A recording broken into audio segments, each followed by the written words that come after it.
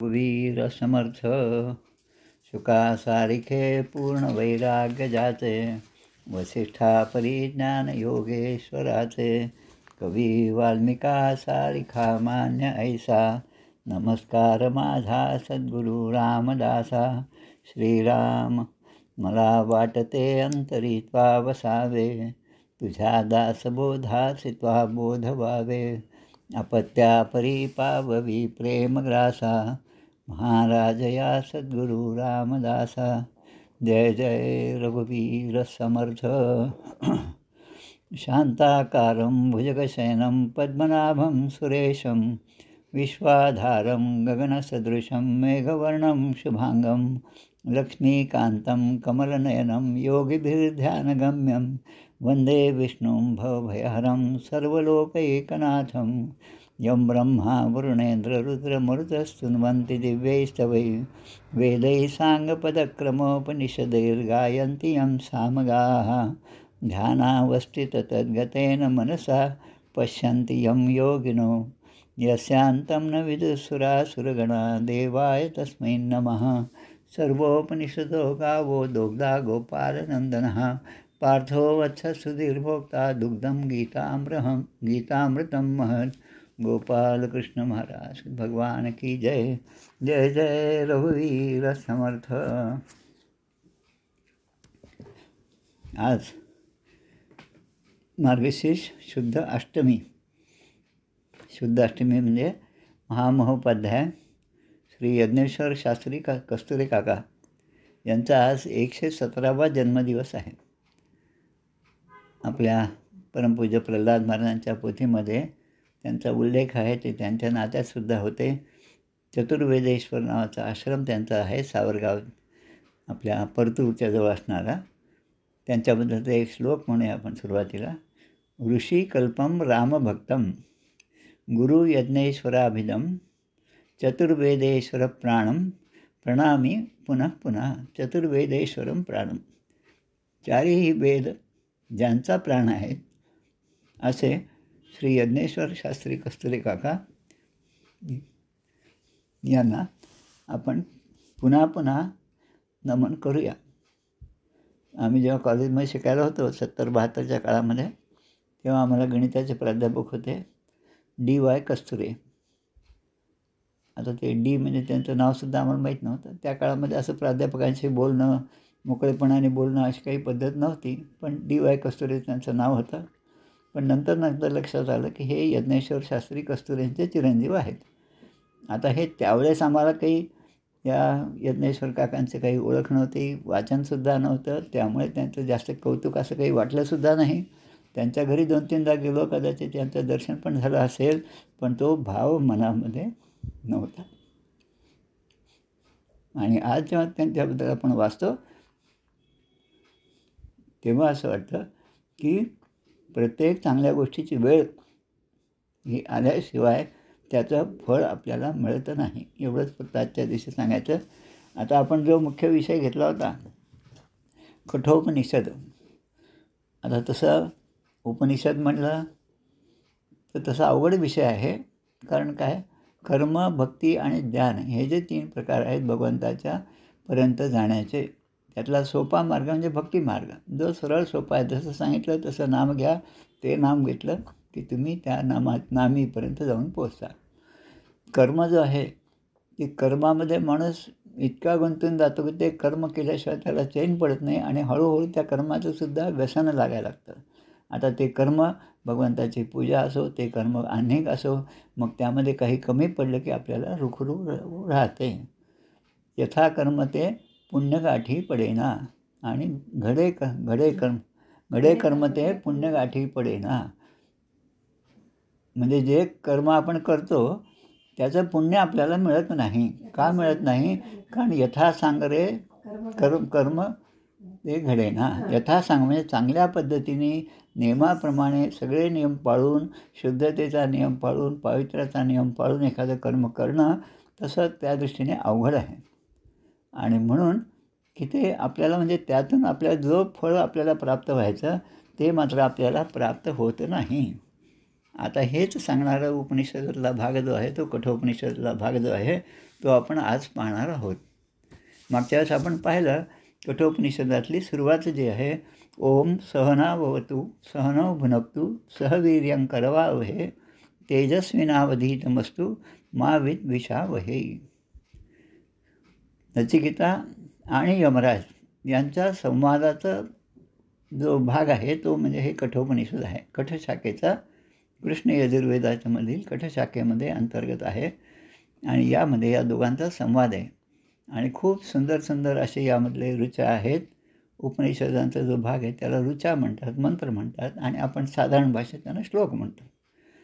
आमचं सगळ्यांचं अध्ययन जे आहे, आमचं म्हणजे माझं आणि माझ्या सद्गुरूंचं अध्ययन. कारण उपनिषद म्हणजे जनी जाणता पाय त्याचे धरावे. सद्गुरू जाणते आहेत, शिष्याने त्यांच्याजवळ बसावं आणि ते ज्ञान देतील ते एकाग्र चित्ताने आपण ग्रहण करावं आणि मग त्यातून जो आनंद मिळतो त्या आनंदामुळे संसारातल्या व्यथा ज्या आहे आपोआप कमी होत जातात आणि मग दोघांनाही त्याचा उपयोग होतो त्या तत्त्वाचा. आणि त्याचा परिणाम कसा असेल की मा विद्विषावहे, म्हणजे मी आणि माझे गुरु, मी आणि माझ्याबरोबर असणारे इतर सहाध्यायी आहेत त्यांच्याबद्दलचा कुठल्याही प्रकारचा द्वेष माझ्या मनामध्ये उत्पन्न होऊ नये. आणि ओम शांती शांती शांती ही असा एक मंत्र आपण शांतीपाठाचा जो आहे तो मागच्या वेळेस आपण पाहिला. आता आज आपल्याला प्रत्यक्षपणे या कठोपनिषदाची सुरुवात करायची आहे. ओम उहान हवै वाजस्रवसः सर्ववेदसं ददौ तस्य नचिकेता नाम पुत्र आस. थोडंसं संस्कृतचा अभ्यास केला की या गोष्टी थोड्या सोप्या होतात. अन्यथा गीता प्रेस गोरखपूरचे जे पुस्तक आहे त्यामध्ये हिंदी अर्थ आहे, काही ठिकाणी मराठी अर्थ आहे. त्याचा अभ्यास केला आणि इतर ग्रंथाशी आपण तुलना केली तर समजणं तेवढं अवघड नाही. पण आपल्याला ते आधीच अवघड वाटल्यामुळे त्याची एक प्रकारची धास्ती असते. पण तुझ्या दासबोधासी त्वा बोधवावे, तुमचा दासबोध आहे आणि तो तुम्ही आम्हाला स्पष्ट करून सांगावा. हा नम्र भाव साधकाच्या मनामध्ये असला की मग ते ग्रंथ करते समर्थ रामदास स्वामी असो किंवा कोणी असो. आता कोणी म्हणेल की उपनिषदामध्ये हा मंत्र कशाला म्हणतात तुम्ही, तुझ्या दासबोधासी त्वा बोधवावे. आपल्यासाठी दासबोध हा शिरोधारी ग्रंथ आहे. त्यामध्ये जसं समर्थाने सांगितलं तसं आम्हाला समजावं आणि तेच समर्थ या अनेक ग्रंथामध्ये, उपनिषद असो, वेद असो, कुठलाही ग्रंथ असो, धार्मिक ग्रंथ असो, त्यातील तत्त्वज्ञान आम्हाला समजावून सांगण्यासाठी त्यांनी आमच्यावर कृपा करावी. आता ही जी प्रथम वल्ली आणि प्रथम अध्याय आपण मागच्या वेळेस पाहिलं, पहिला अध्याय आणि दुसरा अध्याय असे 2 अध्याय आहेत आणि प्रत्येक अध्यायामध्ये 3 वल्ली आहेत. जसं 20 दशक आहेत आणि प्रत्येक दशकामध्ये 10 समास आहेत, तसं या ठिकाणी आपण आज खऱ्या अर्थाने या उपनिषदाला सुरुवात करीत आहोत. ओम उशन हवै वाजस्रवसः सर्ववेदस ददौ तस्य नचिकेता नाम पुत्र आस. कुठल्याही चांगल्या गोष्टीची सुरुवात गणेशाच्या स्तवनाने होते आणि गणपतीचं स्तवन झालं की मग कुठलंही विघ्न राहत नाही आणि सहजपणे आपण ते कर्म, मग ती पूजा असो, तो काही एखादा यज्ञ असो, ते सहजपणे आपण करू शकतो. तसं या ठिकाणी ओम उशन हवै. आता उशन याचा अर्थ काय? उशन म्हणजे जे कर्म आपण करतो ते कर्म करीत असताना त्या कर्माबद्दल आपल्या मनामध्ये जो भाव आहे किंवा ते कर्म केल्यानंतर आपल्याला जे प्राप्त करायचं आहे ते उशन म्हणजे यज्ञाचं फळ जे आहे ते आपल्याला प्राप्त व्हावं अशी मनामध्ये जी इच्छा असते ती इच्छा घेऊन असं प्रसिद्ध असं वचन आहे जे या ठिकाणी वाजस्रवस. आता वाजस्रवस म्हणजे कोण? वाजस्रवाचा पुत्र असणारे वाजस्रवस, वाजस्रवाके पुत्र वाजस्रवस. त्यांचं दुसरं नाव उद्दालक आहे आणि म्हणून उद्दालकी. तर त्या यज्ञाचं फळ जे आहे ते आपल्याला प्राप्त करायचं म्हणून त्या वाजस्रवसाने एक मोठा यज्ञ केला. त्या यज्ञाचं नाव म्हणजे विश्वजित यज्ञ. आणि यज्ञ असल्यामुळे यज्ञामध्ये आपण काय करतो की ददौ. ददौ म्हणजे दा यच्छ म्हणजे देणे. यज्ञामध्ये आपल्याजवळ जे आहे ते सगळं आपण त्या अग्नीला अर्पण करतो. आता माझ्याजवळ जे आहे ते अर्पण करायचं म्हणजे ते निष्काम भावाने, कुठलंही कपट न ठेवता, ते समर्पण बुद्धीने, आणि ते नुसतं 4 लोकात दिसतं म्हणून करायचं म्हणून असं नाही. आणि हे सगळं जे आहे तो हा गर्भितार्थ या सगळ्या कठोपनिषदामधून व्यक्त होतो. आणि तो यज्ञ करत असताना वाजश्रवाचा पुत्र म्हणजे उद्दालक, याला 2-3 नावं आहेत. उद्दालकसुद्धा आहे, वाजश्रवासुद्धा आहे. त्यांनी विश्वजित यज्ञ केला. आता अनेक यज्ञामध्ये आणि कुठल्याही यज्ञामध्ये अनेक प्रकारचे नियम असतात. वैदिक शास्त्र जाणणारे जे ब्राह्मण आहेत, गुरुजी आहेत, ते त्या नियमाने आपल्याकडून तो यज्ञ करून घेतात. आता 2 वर्षापूर्वी अंबडला जेव्हा गेलो होतो, तिथेसुद्धा असाच यज्ञ झाला.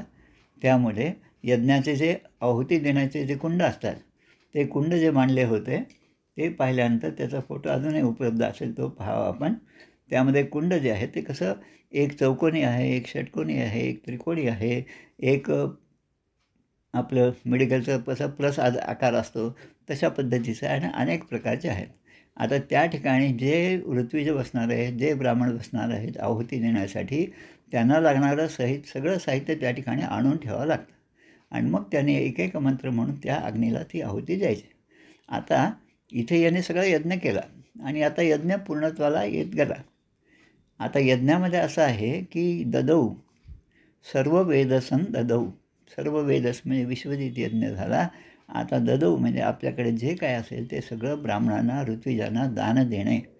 आता हे दान देण्यासाठी 3-4 गोष्टी या ठिकाणी सांगितलेल्या आहेत की दान कसं द्यायचं, कोणाला द्यायचं याचेसुद्धा नियम आहेत.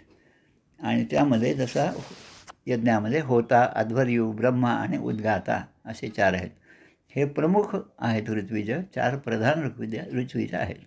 आता यापेक्षा गौण असणारे जे आहेत ते म्हणजे प्रशास्ता, प्रतिप्रस्थाता, ब्राह्मणाच्छंसी आणि प्रस्तोता.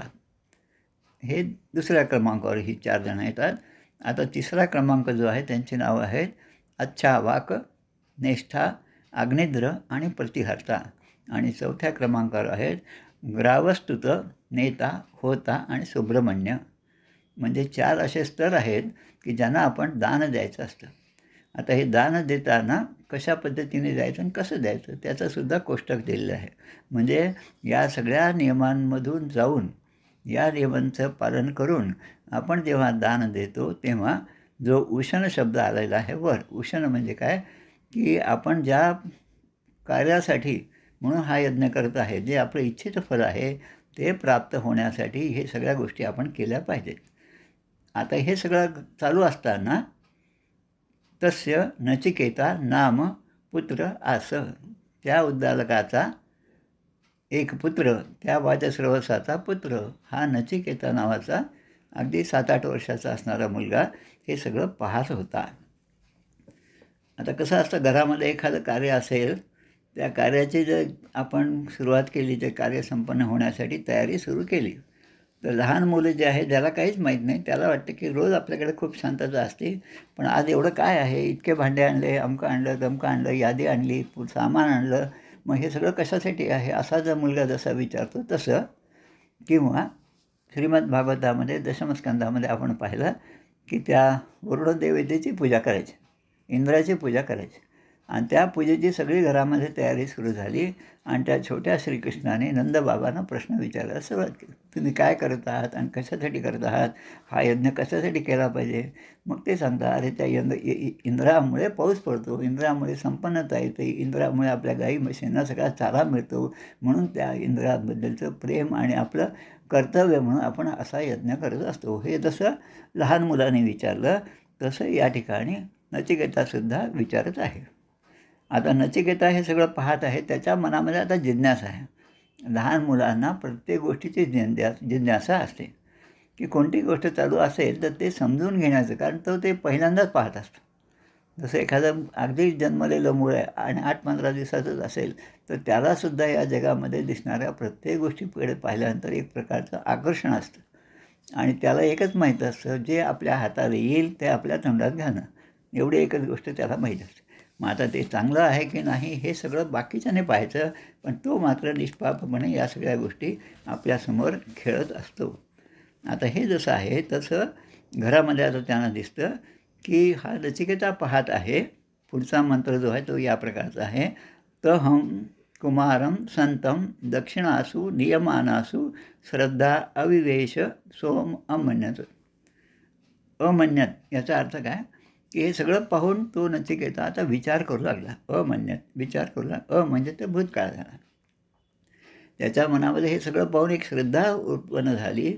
माझे वडील हे जे काय करत आहेत ते काय आहे, कशा प्रकारचं आहे, असं तर कुमार म्हणजे त्या छोट्या बालकाच्या मनामध्ये ही श्रद्धा निर्माण झाली.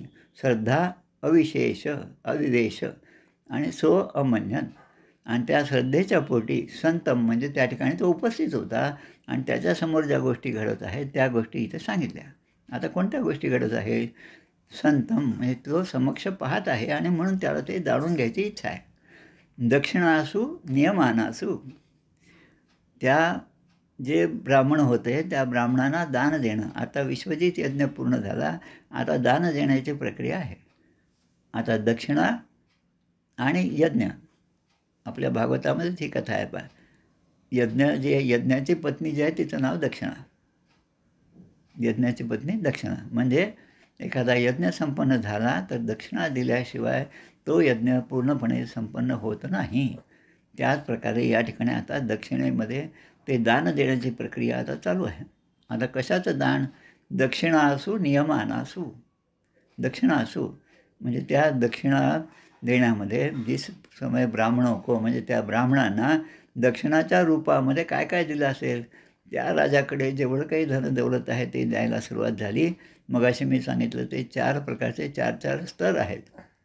म्हणजे त्याचं पुन्हा विभाजन आहे. ते कायदे आहेत तसे की पहिल्यांदा समजा हे पहिल्या ग्रुपमधले जे 4 आहेत त्यांना जर 20-20 गायी दिल्या तर दुसऱ्या समूहामध्ये जे आहेत त्यांना 15-15 गायी आणि मग तिसऱ्या समूहात त्यांना 10 आणि मग 5. म्हणजे असं तो एक प्रमाण त्याचं ठरलेलं आहे. त्याप्रमाणे दान दिलं पाहिजे असं ती कथा आहे. आता या ठिकाणी जेव्हा तो पाहतो की अनेक प्रकारच्या गायी आपल्या या महालातून, या राजाचा आहे तो उद्दालक राजा, उद्दालक आहे, अरुणी त्याचं नाव आहे. आणि पुन्हा तो विश्वामित्राचा वंशाचा, विश्वामित्र नाही तो सांगतो मी एक मिनटं. आणि वाजश्रवस जो शब्द आहे तो वाज म्हणजे अन्न. म्हणजे कुठल्याही यज्ञाचा कुठल्याही सत्कर्माचा मध्ये महत्त्व कशाचं असतं? वाज आणि श्रव. वाज म्हणजे अन्न आणि श्रव म्हणजे त्याचं दान देणं. त्याचं दान देऊन ते यश संपादन करणं, या 2 गोष्टी आहेत. आता दक्षिणासू नियमानासू त्याने पाहिलं की आपल्यासमोर अनेक गायी दान देण्यात चालू आहे. ब्राह्मण सगळीकडे उभे आहेत आणि आपले वडील त्या गायी घेऊन त्यांना दान देत आहेत.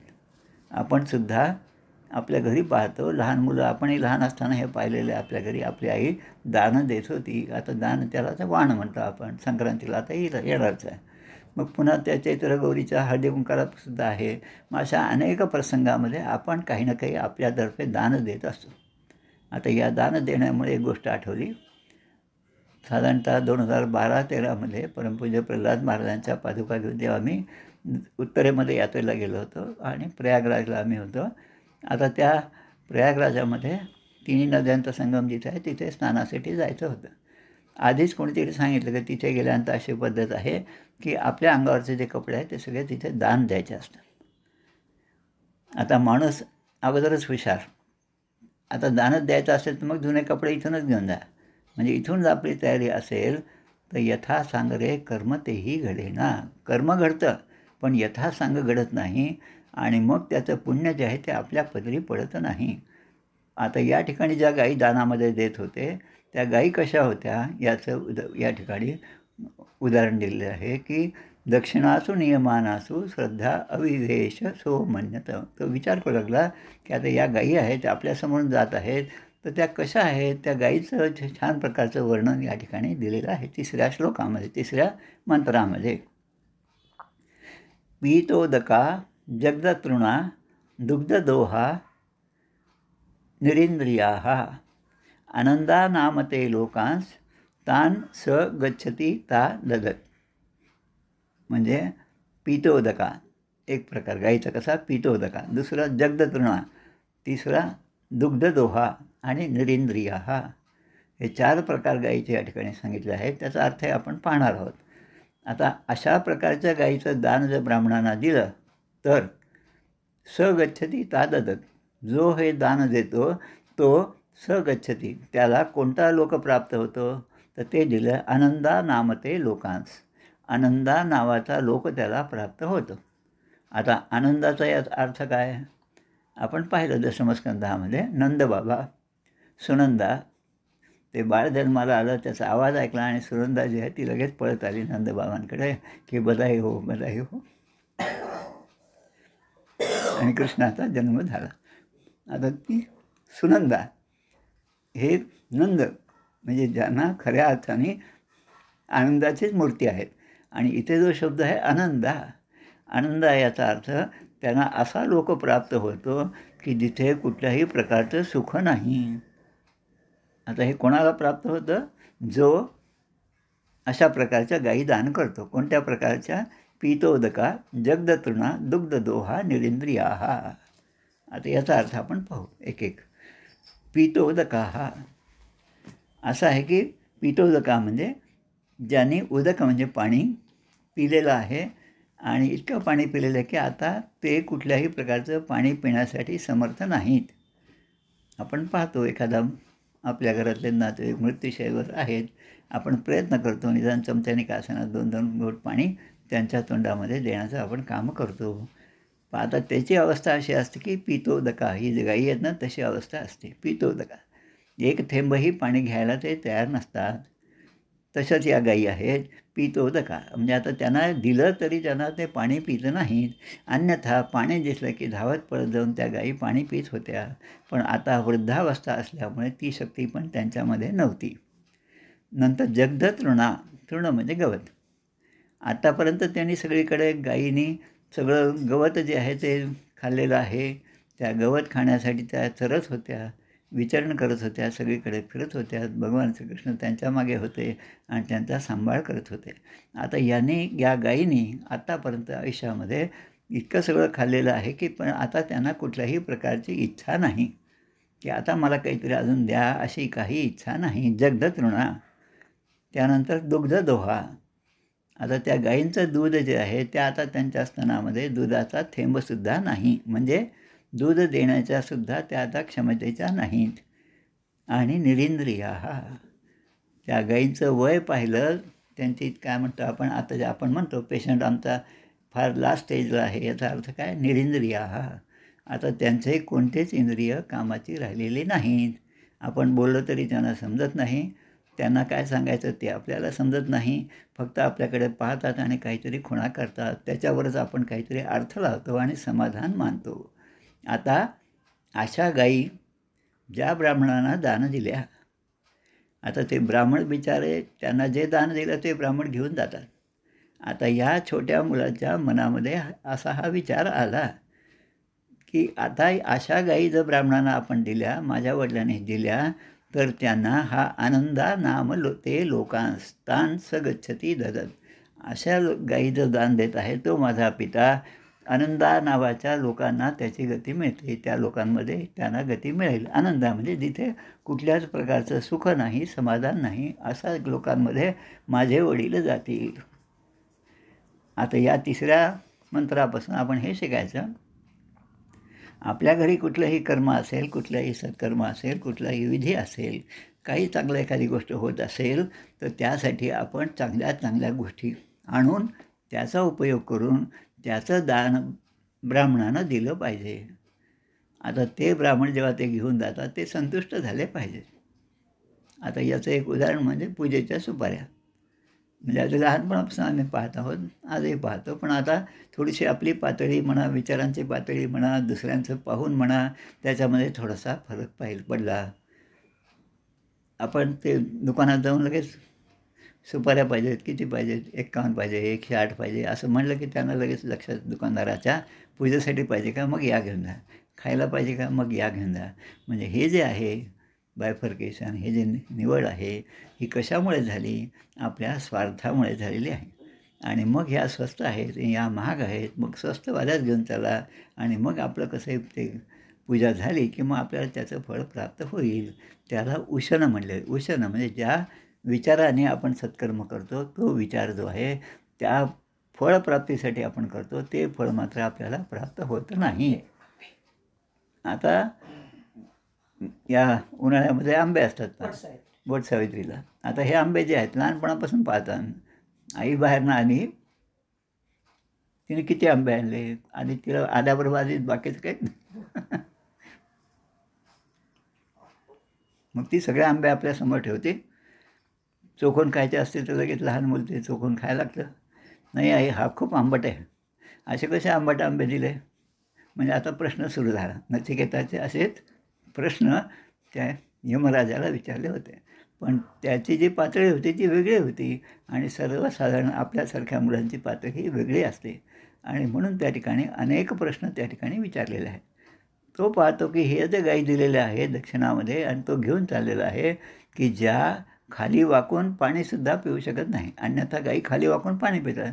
पण आता त्यांच्यामध्ये खाली वाकण्याची सुद्धा शक्ती नाही आणि म्हणून पितो दका हा शब्द आला. आता जगदतृणा म्हणजे आता घास घ्यायचा, ते गवत खायचं तर खाली वाकावं तर लागतंच ना. पण त्यांच्या तोंडामध्ये ते गवत घेऊन ते चावण्याची सुद्धा शक्ती नाही. आता अशा गोष्टीचं दान, आता याचा अर्थ असा घ्या, आपण ज्या ज्या गोष्टीचं दान ब्राह्मणांना देतो एखाद्या चांगल्या सत्कर्माचा परिणाम म्हणून, आता ते दान देताना ती गोष्ट त्या ब्राह्मणाकडून त्याच्या घरी जाईपर्यंत तरी धड गेली पाहिजे की नाही. पण त्याच्या आधीच त्याचे 10 तुकडे होतात आणि मग असं असेल तर मग तो त्याला त्याचा काय म्हणतात रोष, त्याचा क्रोध, त्याचा संताप तर होणारच आहे. तो काही तुष्ट होणार नाही आणि जर ब्राह्मण तुष्ट नाही झाला तर त्याचं फळ आपल्याला भोगावं लागतं. मग आम्ही इतके यज्ञ केले, आम्ही इतका पुढाकार केला, आम्ही इतका खर्च केला, तरी आमची अशी अवस्था भगवंताने का केली? त्यापेक्षा भगवंताच्या मार्गी लागलोच नसतं तो चांगलं झालं असतं असा विचार अनेकांच्या मनामध्ये येतो. आणि मग ते म्हणतात की असं आता ज्याचे दातसुद्धा नाहीत, मग आता असे जे आहेत मग ते कुठल्या लोकाला जातील की नीच योनिया किंवा नरकादी लोक त्यांना मिळतील. आणि मग नरकादी लोक जर मिळाले तर मग त्याचा उपयोग काय? पण मी आता या वाजश्रवाचा, उद्दालकाचा, अरुणीचा मी पुत्र आहे. आता माझ्या वडिलांनी माझ्यासमोर हे जे सगळं करत आहेत त्यामध्ये वडिलांची चूक असेल तर मी त्यामध्ये दुरुस्ती केली पाहिजे. मी सावधानतेने प्रत्येक गोष्टीकडे पाहिलं पाहिजे. म्हणजे ती बुद्धी त्या 8 वर्षाच्या मुलाकडे होती जी त्या उद्दालकांच्याकडे नव्हती. कारण जसं जसं वय वाढतं तसं तसं स्वार्थ हा बळावतो आणि स्वार्थ बळावल्यामुळे कुठलीही गोष्ट आणली की मग अरे हे वेगळे ठेव बरं का, हे तिकडे नको आणू, त्यानं दाखवसुद्धा नको. मग ते लग्नामध्ये मिळणाऱ्या साड्या असो किंवा काहीतरी भेटवस्तू असो, मग त्या अशा प्रकारच्या असतात की ते देणाऱ्याला दिल्याचा आनंद आहे पण घेणाऱ्याला मात्र आनंद नसतो. आणि असं झालं तर मग काय होतं ते सांगतात, आनंदा नामते लोकांस. तर ते आनंदा नावाच्या लोकाला जातात. जसं शिवकर कुकर आदी योनीमध्ये ते प्राप्त होतात असं या ठिकाणी सांगितलं. आता यापुढे पहा, म्हणजे यज्ञ केलं पण त्यामध्ये वैगुण्य आलं आणि सर्वस्व दानरूपी यज्ञ केलं. पण गायी ज्या आहेत त्या मात्र अशा आहेत त्या कुठल्याच कामाच्या नाहीत. ज्या ब्राह्मणानं त्या दान दिला आता त्यांच्यावरच जास्त जबाबदारी आली. आता या गायींचं पालन मी कसं करू? तर या गायींची सेवा कशी करू? आता ज्या गायी पाणी पित नाहीत आणि गवतही खात नाही, मग मी त्यांना खायला काय घालू? आता त्यांना आपण दिल्यामुळे त्या गायी जर मृत झाल्या त्याच्याकडे गेल्यानंतर त्याचं पाप त्यालाच लागणार आहे. मग आता आपल्या घरी त्या गायींचा मृत्यू होण्यापेक्षा आपण दान दिलेलं बरं. म्हणजे असा विचार करून जर माणूस दान देऊ लागला तर ते दान काही फलप्राप्त नाही, फलप्राप्त होणारं नाही, अनष्टकारी असा परिणाम त्याचा होतो. आणि म्हणून माझं एक काम आहे की कोणतं काम की मी माझ्या वडिलांना यापासून थांबवलं पाहिजे. आता कसं थांबवायचं त्याचा विचार आता या ठिकाणी याच्या मनामध्ये होतो. हा 8 वर्षाचा मुलगा आहे. आता वडील तर चांगले मोठे आहेत, चांगले 50, 60, 70 वर्षाचे असते. त्यांचं वय वगैरे काही यामध्ये दिलेलं नाही. ॲनिमेशन जेव्हा फिल्म असते ना, त्या ॲनिमेशनमध्ये काय असते, एखादी घटना दाखवायची तर तिथपर्यंत दाखवायची. तो लहान मुलगा अकोल्याहून निघाला आणि पुण्याला चालला इथपर्यंत सांगतात. आणि मग लगेच पुण्याचं रेल्वे स्टेशनचं एक बोर्ड येतो आणि तो मुलगा तिथे दिसतो आपल्याला. म्हणजे आता तुम्ही समजून घ्या, त्याने रेल्वेने अकोल्याहून पुण्यापर्यंत प्रवास केला. मधलं जे आहे ते गॅप असते. तसं ह्या सगळ्या उपनिषदांमध्ये अशी मधली गॅप असते, ती आपण समजून घ्यायची असते. आता पुढचा मंत्र सांगतो. स होवाच पितरम तत्कस्मै माम दास्यसी इति द्वितीयं तृतीयं तं होवाच मृत्युवे त्वाम ददाम इति. आता प्रश्न विचारला. आत्तापर्यंत जे होत आहे ते सगळं पाहिलं त्याने आणि मग त्यावर विचार करू लागला. सह ह म्हणजे सह म्हणजे तो असा विचार करू लागला की पितरम म्हणजे आपल्या वडिलांना द्वितीय आहे विभक्ती. पितरम उवाच म्हणजे तो बोलला. उक्त्वा उवाच बोलला. काय बोलला की तात की माझ्या प्रिय पिताजी, मी तुम्हाला काही प्रश्न विचारतो, त्याचं तुम्ही उत्तर द्या. आप म्हणजे माम म्हणजे मला. तुम्ही या गाई वगैरे दान दिलं हे सगळं ठीक आहे, पण तुम्ही आता कोणाला दान द्याल? 1-2 मिनटं थांबा, मी 2 मिनटात येतो. 2 मिनटं मी लेफ्ट होतो.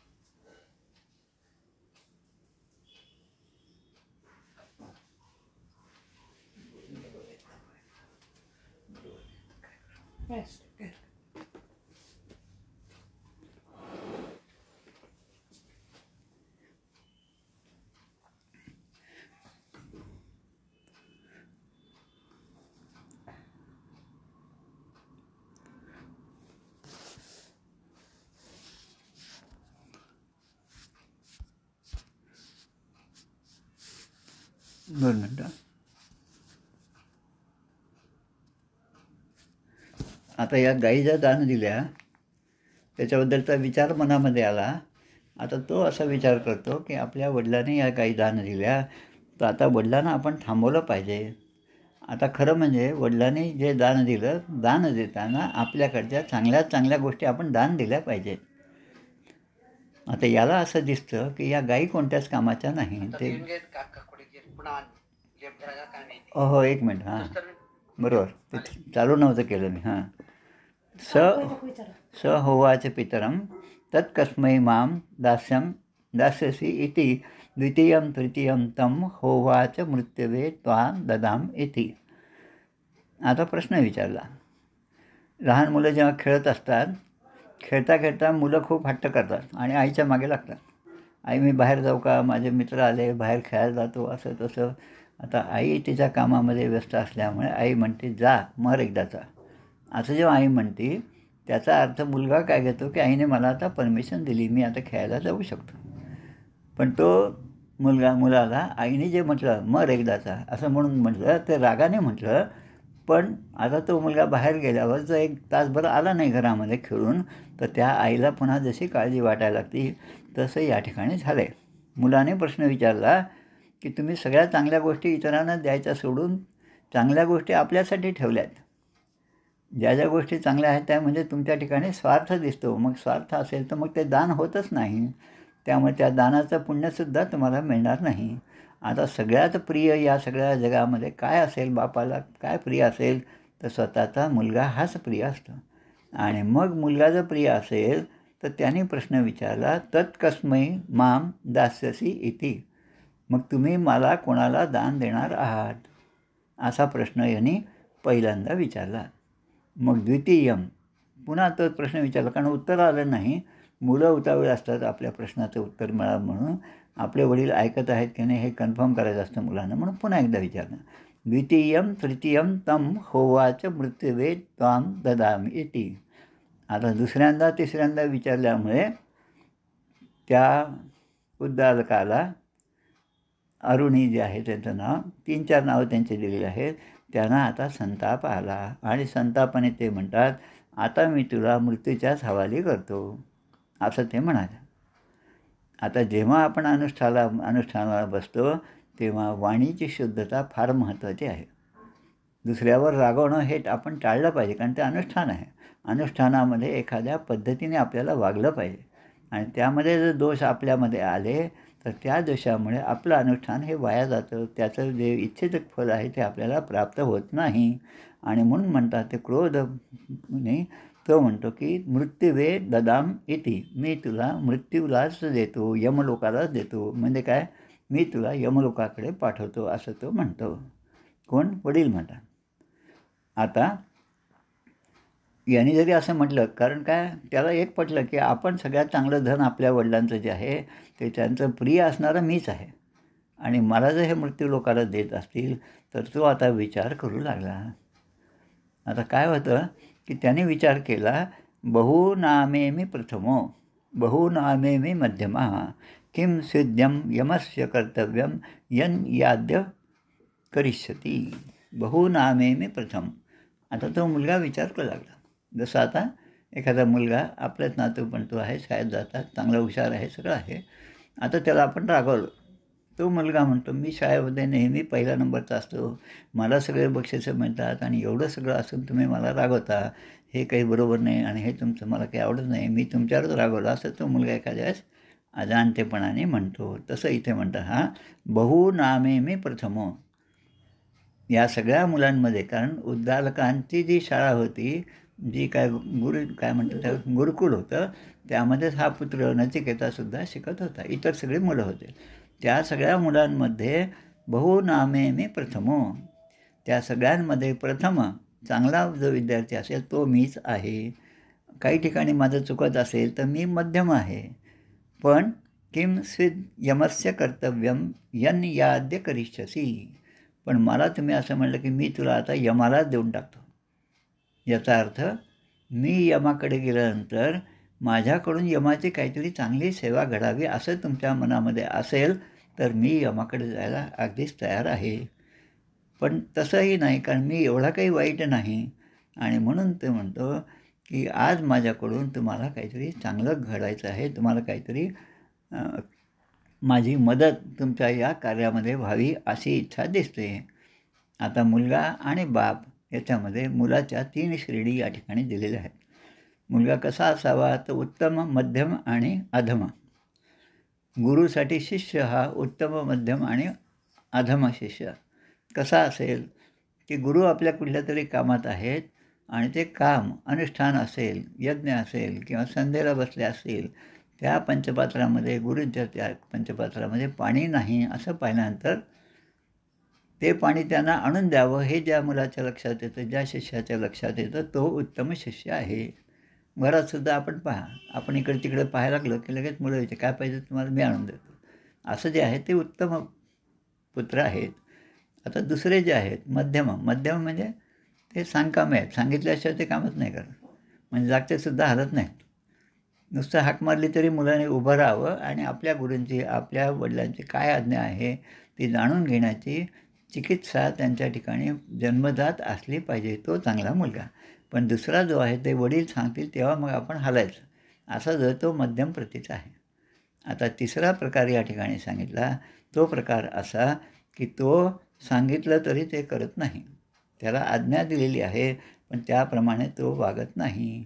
यन मयाद्य करिष्यसी, यन मयाद्य आता मला तुम्ही त्या दान दिलं यमराजाला, आता तुमच्या मनामध्ये कोणती गोष्ट आहे की यमराजाची मी कोणती सेवा करावी हे सुद्धा मला तुम्ही सांगा. आणि आता तुम्ही दान दिल्यामुळे आता या तुमच्या शब्दाला तुम्ही आता विसरू नका, म्हणजे मला तुम्ही आता त्या यमाला दान दिलंच पाहिजे असा आग्रह तो ठेवतो आणि मी काय सेवा करू हे सुद्धा तुम्ही मला सांगा.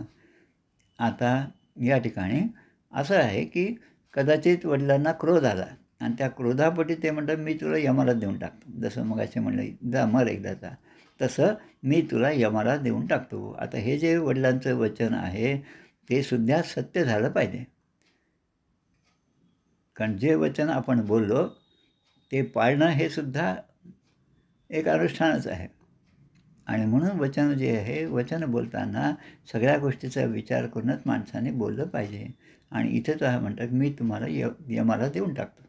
आता याच उपनिषदामध्ये असं दिलेलं आहे की जे मगाशी मी सांगितलं तसं ॲनिमेशन फिल्ममध्ये म्हणजे काही गोष्टी तिथपर्यंत दाखवतात आणि मधलं थोडंसं गॅप असते आणि मग पुढचं दाखवतात. मग आपण तो अर्थ घ्यायचा त्याच्यावर, हा नाही हा इथून तिथे गेला, तर ती मधली गोष्ट ते दाखवत नाही ॲनिमेशनमध्ये. तसंच या ठिकाणी झालं. आता तो मुलगा जो आहे तो आता वडिलांना सांगतो, खूप विचारपूर्वक सांगतो. किती वर्षाचा? 8 वर्षाचा. हा एक मंत्र पाहू आणि मग आपण थांबूया.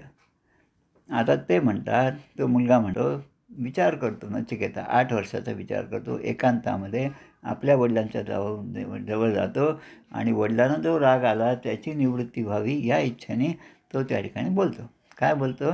अनुपश्य यथा पूर्वे प्रतिपश्य तथा परे सस्यम इव मर्त्यः पच्यते सस्यम इव जायते पुनः. अनुपश्य यथा पूर्वे. वडिलांना आता तो काय म्हणतात त्याला आपण वडिलांना शिकवायला लागला आता तो.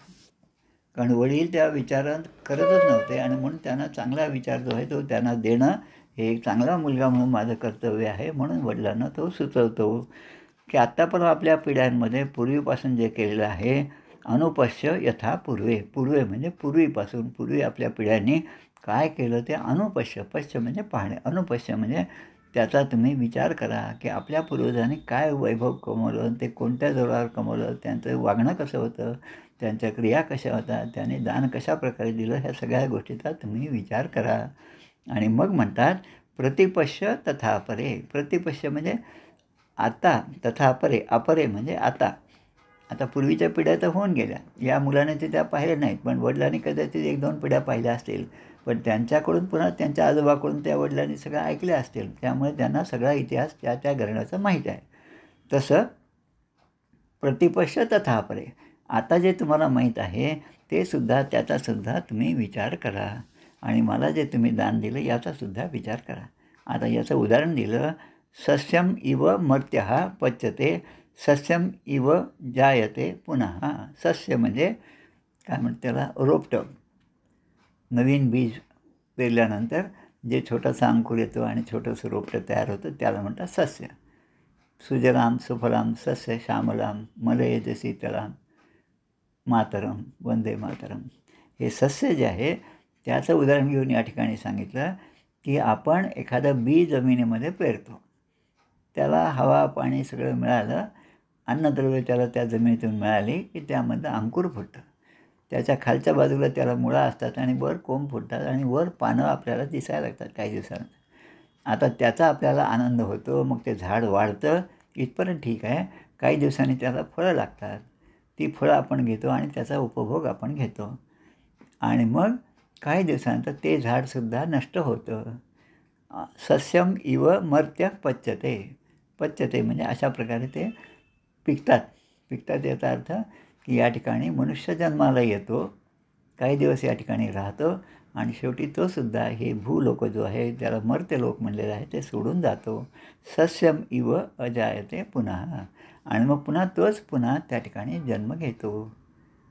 म्हणजे जन्म घ्यावा लागे वासनेच्या संगे. म्हणजे मरताना जी वासना असेल तीच वासना पुढे घेऊन तो जीव पुन्हा त्या त्या संबंधी लोकांमध्ये पुन्हा जन्म घेतो. हे जे आहे याचा तुम्ही विचार करा असं तो वडिलांना सांगतो. आता इथपर्यंत हा सगळ्या गोष्टी आलेल्या आहेत. आता जो 7वा भाग आहे तो छान आहे, महत्त्वाचा आहे, तो आपण पुढच्या वेळेस पाहूया. आजपर्यंत आपण 6 मंत्र जे आहेत ते 6 मंत्र याच्यातले पाहिले. 7वा मंत्र जे आहे उद्याचा आहे आपला भाग पुन्हा शनिवारचा.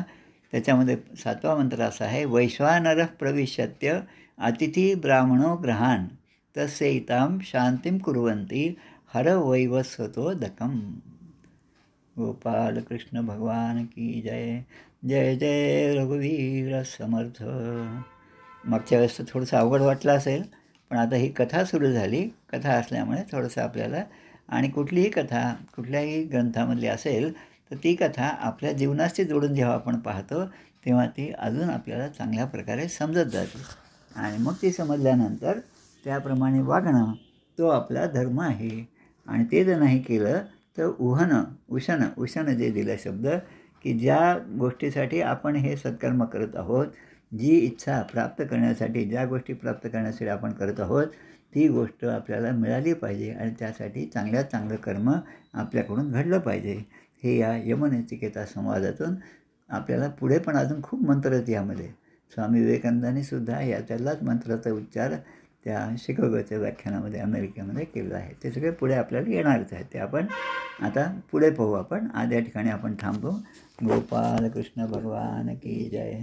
जय जय रघुवीर समर्थ. श्रीराम जय राम जय जय.